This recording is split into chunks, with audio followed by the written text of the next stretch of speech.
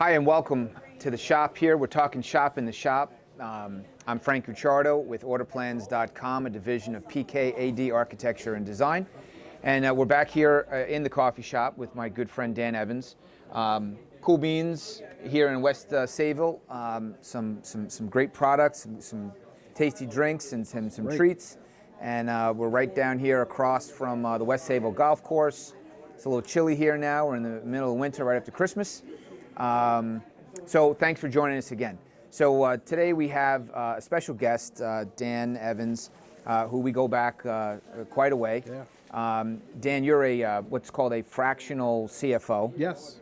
And right. What we wanted to have is maybe a quarterly segment where we can have a professional like yourself come in and offer some perspective from a chief financial officer to some of our viewers. And I know that we've got realtors and attorneys, and we have mortgage guys and everybody in the real estate transaction leg of things, and architects and engineers, and some folks are just getting started out as independent contractors, and some folks have they're off managing offices of 75 and everything in between. So I thought what we would do in talking shop in the shop is bring you on at a quarterly spot and offer some different perspective as a chief financial officer. So I guess why don't we just start by saying, what is the CFO's role and what the heck is a fractional CFO? What does that mean? So a CFO is the financial advisor of a company. Okay, so any sort of financial decision that has to be made in a company, the CFO is involved. From anywhere from the number of pencils to what sort of plans do we have to grow, whether it's through acquisition or merging with companies, even managing bank accounts and making sure there's interest-bearing accounts so that they can pay your bills and manage cash flow. Right. So those are the things that happen in the CFO's office. Right. And in that office, you have different roles for that, depending how big you are. You can have a CFO for a small company, or you could have an accountant who does the bookkeeping and make sure you have accurate financial statements. You have a controller who actually manages budgets in different departments. So if you have a marketing department, you have a controller that oversees the budgets for the marketing department. And maybe there's some other departments, maybe there's a legal department, whatever department you have in a company, you have a controller that oversees those budgets and cuts checks. Then you have treasury that makes sure that you have cash on hand, on reserve for maybe a down market. If you're a cyclical company that's seasonal, you'll want to put money away in treasury so they bear interest, so that they can grow and build those reserves. So you have a treasury department.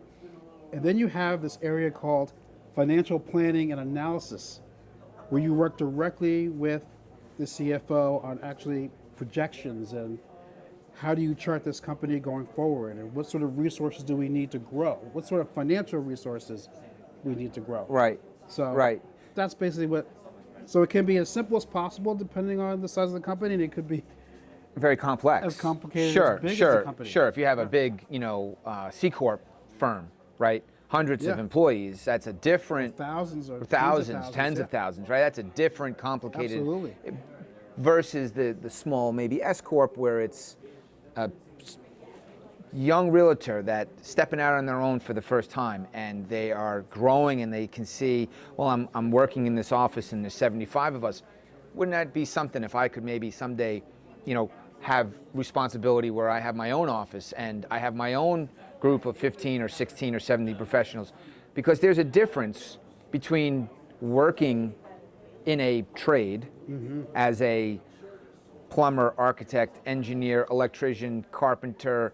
You pick the skill set and the skill set of owning a business. Yep. There's a radical different set of skills and thinking and the thought process. Yes. So the CFO is a part of that thinking that maybe isn't normally seen in the small firms, correct? Right. But would be always seen in the large firms.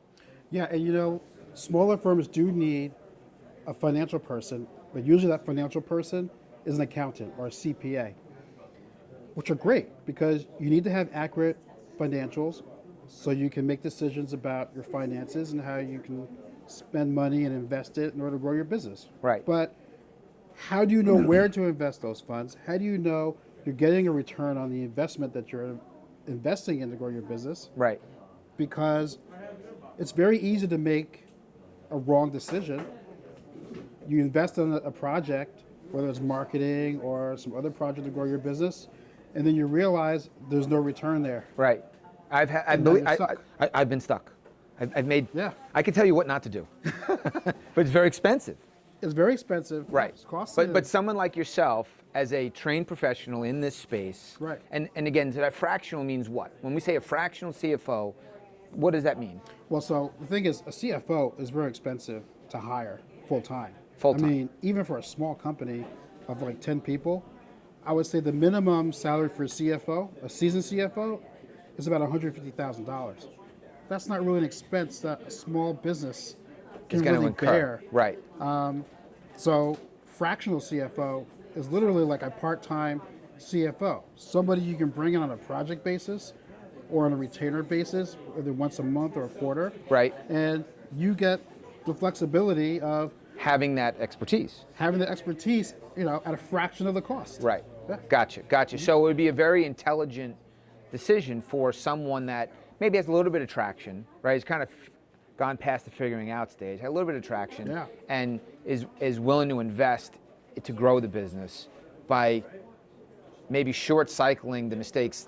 In my case, as a business owner, for 20 years, I've made a lot of mistakes. And maybe if we had someone like you, on the team, we would have avoided such things. Right. So that's a fractional CFO. Yes. So you've had some good track records over the year, and I know your demand on your time has been increasing, and I know that they flew you out to California, right? And you were interviewing. You're the keynote speaker. You're interviewing the keynote speaker. Why don't you maybe just talk a little bit about that? So What that experience was like? There's a big financial conference in Southern California, Huntington Beach, Yeah. called Future Proof. It's about future-proofing your business financially.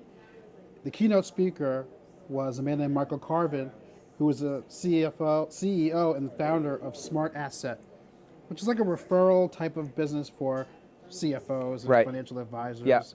And it's a multi-billion-dollar company today. And I got to interview him. I got chosen to interview Michael Carvin. And it was just On the great. main stage. On the main stage. On the main stage. And, it was, what can I say? It's an opportunity of a lifetime Right. to be asked to interview. Sure. And part of that was because I have a podcast where I talk to entrepreneurs Yep. about how they started, challenges they've gone through. Yeah. And so a lot of people have been hearing that. And that's how I kind of got Got tapped in the for room. this. Yeah. So it was pretty cool. Cool. Well, again, we're grateful to have you, Dan. Thank you. And It's for good to all the be here. listeners, and for all the listeners, all of Dan's contact information is going to be in the links below. There'll be, wherever you need. Don't worry about having to jot things down. But all of Dan's information, if you want to get more information, you'll see in the description down below. So, we talked about having you in here once a quarter, and I know painfully what it's like to bootstrap a business. Yeah. I happen to run an architecture firm in what we do, at orderplans.com. But I could run an ice cream stand, right? Because Sure. the skills I've learned the skill sets of a business owner, and they depart in a lot of ways. They depart from the mechanics of turning the crank or pulling the lever. And so we thought maybe, you can come in and maybe give some tips to those, fledgling firms, or maybe the new guy that's coming up through the ranks, and whether they be a realtor or an attorney, or maybe they are a bank and maybe they're looking to, they're looking for some nuggets of content here. So we want to be valuable in what we're doing, and not just talk about our industry, but talk about business ownership, generally speaking. So why don't we talk about value? Well, why don't you talk about what you would bring to the table, if you were sitting down with a new person, kind of one of the first couple things you might want to steer them. Well, so the most ideal time to call someone like me is when I'm starting a business, doesn't matter what the business is, architecture, plumbing, construction. I really want to be in this business. I'm good at it. I have great relationships, but I don't know where to start. That's the best time to call someone like me. But usually the person that gets the call is the accountant, and that person is technical, but not strategic. Strategic. So there's a big difference, Right. obviously, between an accountant or CPA Right. and a CFO. Right. So when we talk about value, for example, lots of business owners, they know their craft. They know they have relationships, but they don't really know how to add value to the industry and to their customers. And they might be thinking, well, I do that because I'm really good at what I do. But it has to be a little bit more nuanced than that, because you have to ask the first question, what industry am I in? If you're in construction, for example, what's happening in construction right now that makes me different than other contractors or whatever it is? Maybe it's not a contractor. Maybe your part is just the cement work, or maybe your part is the frame or whatever it is, or maybe Right. you're a roofer. Maybe you have a niche or a specialty in construction. Maybe Right. it's not contracting, So you got to figure out what your niche is and how you add value. And there's two parts to that, actually, Frank. Go ahead. There's the value that you offer the customer, and then there's the value you actually offer to the industry. One is more mission focused, and then one is more value focused to the customer. I think what's most important, though, for a small business is what value do you bring to the customer? How are Right. they going to distinguish you from the competition? Yeah. So, it's interesting. A couple episodes ago, we had a real mover and shaker. Carlos was in here. He was runs a Douglas Elliman, office attached to Douglas Elliman, high volume type Yeah. guy. And we were talking about, what value does the realtor bring to the table? So, Sure. so maybe just, talk about value in that. You said to the customer and to the industry. Like, how do you mean? What does that mean? So in real estate, you have different types of tiers of real estate. You have luxury real estate, then you have your middle tier real estate, you have commercial real estate. So once you narrow in on what type of real estate you're selling, well, that's one thing. Well, let's talk about residential, right? So if your residential is your thing, what's happening in residential real estate right now that they need? Maybe they need something more. Maybe they need an expert on. Maybe they need someone that can bring in inspectors and people in right away, so they don't have to do all the work. Right.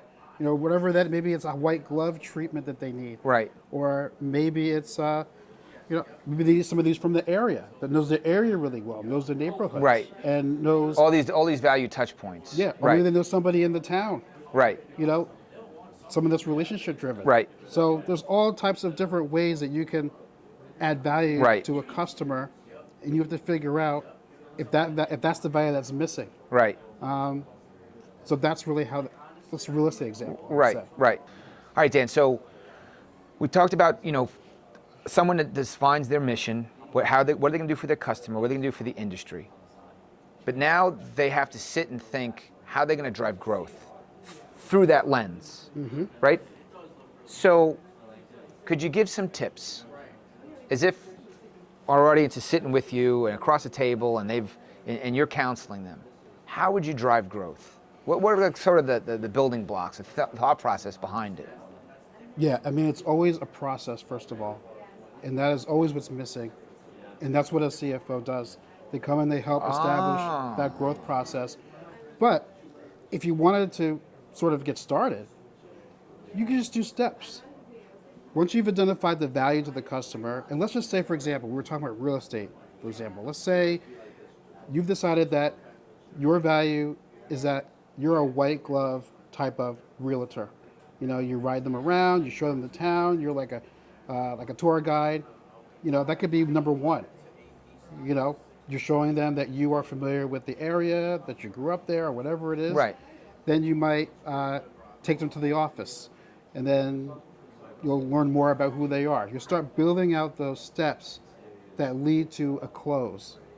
And what you're doing for each step is you're building value. Right. And it could be any industry. It doesn't have to be real estate, right? We're talking Any about industry. right. It could be anything that you are going through this process. That's a plan. Yep. That you're not throwing mud on the wall. no, No. that process is going to back up to the customer. Oh, this person is, their thing is white glove.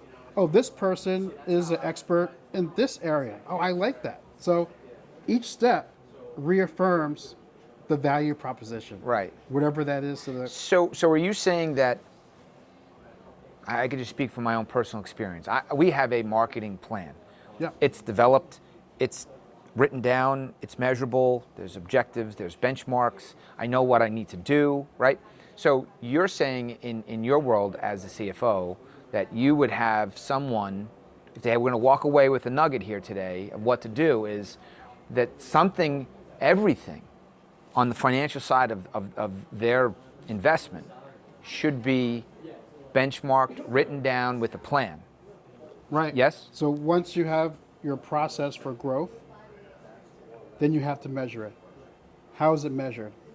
How are we going to measure that growth? Well, that could be measured in closings, measured in contracts, number of contracts. Maybe it's not by revenue right away, but something to get started. How are you measuring your growth? And then you check in once a month, once a quarter. It's really up to the business owner what that's going to be, because some closings take longer than usual, especially if it's on the high end side. Those things are more relationship driven, Yep. so they take a little longer. Right.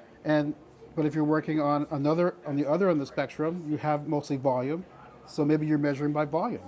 Maybe you're measuring by the quantity of closings. And so those are the types of things. I keep saying closing, but I really mean It could be any sales kind of or clothes. anything. You could be selling Right. copiers, or I mean that's maybe a little Right. antiquated.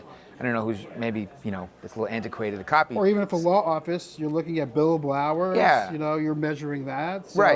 you're Right. looking for a process that drives those billable hours, sales, whatever it is, quantity, volume, whatever. Because then measurement you have. I would imagine, and you tell me, you're the expert, because at some point, volume comes in and there has to be benchmarks for now saying I'm going to hire somebody, right? Yes. Right? So Yes. ultimately, growth, right? You have a certain amount of volume, and now you're going to need manpower and staffing. And so a plan is necessary to benchmark things Absolutely. so that it's leading towards a decision to hire, and the only reason why you're hiring is because you have to bring in additional work. And that's that's a tough balance. Well, you have to do projections. You have to see, that's the thing. Lots of people, they get really busy, they're growing, and then they're trying to hire people right away. You know what happens? You hire the wrong person because you're desperate. You need that person on board because you got a lot of business. It doesn't work out. Right, And it becomes really expensive and time consuming to find the right person. right, So one of the things that I help do is called a hiring plan. You do a hiring plan ahead of time. Okay, when we reach this benchmark, we're going to hire this person. When we hit the next benchmark, we're going to hire that person. We're going to pay them this. This is the compensation package. This is what's competitive in that industry. gotcha. So these things have to be done way ahead of time. Way out ahead of time. Growth is not something that happens by accident. Like, Right. oh my gosh, I'm growing. This is great. No, this is planned. Right, Even a lot of big companies, they plan their growth 10, 15 years in advance. But for a small business owner, you can just do 3 years in advance. right, You'd be surprised how far you can get right, just doing something measurable and then knowing who you're going to hire. Right. It really does bring peace of mind and clarity when you're growing a business. right, right. That's a great point. So I think what we covered today, and really that was kind of the goal, is sort of an introduction as to, what is the CFO, what's his role, and obviously this is for someone that's serious. Right, this is a little part-time side, somewhere you're in the real estate transaction space and it's a side hustle. It's a side hustle, Sure. But for the person that's really serious, for the person that wants to grow past trading hours for dollars, right? They want to grow to something and scale something. They're going someplace maybe they've never been before. In order to do that, you need someone to kind of lead you through the minefield. right? Yes. You find that path that somebody else has worked their way through this minefield before, so you don't step on the landmine and blow your leg off. Right. You know, I mean, thankfully, both my legs are working, but I have my fair share of scars. Sure. Yeah, yeah. That's wisdom. Yeah, well, somewhere, the school of hard knocks, you pay your tuition one way right. or another, right? That's it. But I think if the thing that I think the take-home message today, really, it sounds like, is that there needs to be a plan. There needs to be a plan for marketing, for growth, for disbursement of finances. And what I've learned, me personally, is that when you bring $1 in, that is the result of your own personal effort, or even better yet, the result of a team bringing volume in, and dollars come in, that signifies, number one, it's a compliment to you, right? That the outside world feels you're worthy of that dollars, right? And then you got to respect the dollar that's come in, and you're a steward over it to be able to turn it into something that will grow or solidify, or, you know, payroll, and folks are looking to the business to fund lifestyle and kids and colleges and all that. And all of that does it happen by accident? No, and you know what's funny is that, you know, I'm from a small town, and the businesses out there, whether they're construction, real estate, insurance, law, they're all generational businesses. And they've all built their business the same way that I'm talking about today. They have a process, they have a mission statement. These things are implanted in the community. People know them, people go to them automatically, and that's how they grow and stay in business for generations. Right. Right. I mean, even some companies that I hire, you know, they've been in business since 1921, you know, '06. It's really fascinating. Yeah. You know, and yeah. their process hasn't changed. Right. So, Right. I mean, it's a good example. My wife and I are hiring a roofer, and the guy, he's not a family member, but they've been in business since 1906 in the area. So, and you see the process that they go through. And now they use technology, so they make the experience really rich and Right. fascinating. It gets you really engaged really quickly. Right. So, you know, even if you use technology to separate yourself, Right. that's an expense that could bring real return Sure. on your business. Right. And those are things that can be discussed with a fractional CFO Right. As you start to grow in the beginning. Growth is not an accident, like you said earlier. Yeah, growth is not an accident. So we're staring clearly into 2023, and folks are going to be, you know, thinking of things with a fresh mindset, Yeah. looking to the new year. I know we are. You know, we're on a big time growth, you know, kind of hockey stick type of thing right now, and we're looking at 2023, and so to all my colleagues that are out there, you know, you take inventory. You say, what did we do? What opportunities did we miss last year? Which ones can we take advantage of going into next year? How do we get better? How do we add value to our customer and to our industry? Yep. Really, looking in 2023.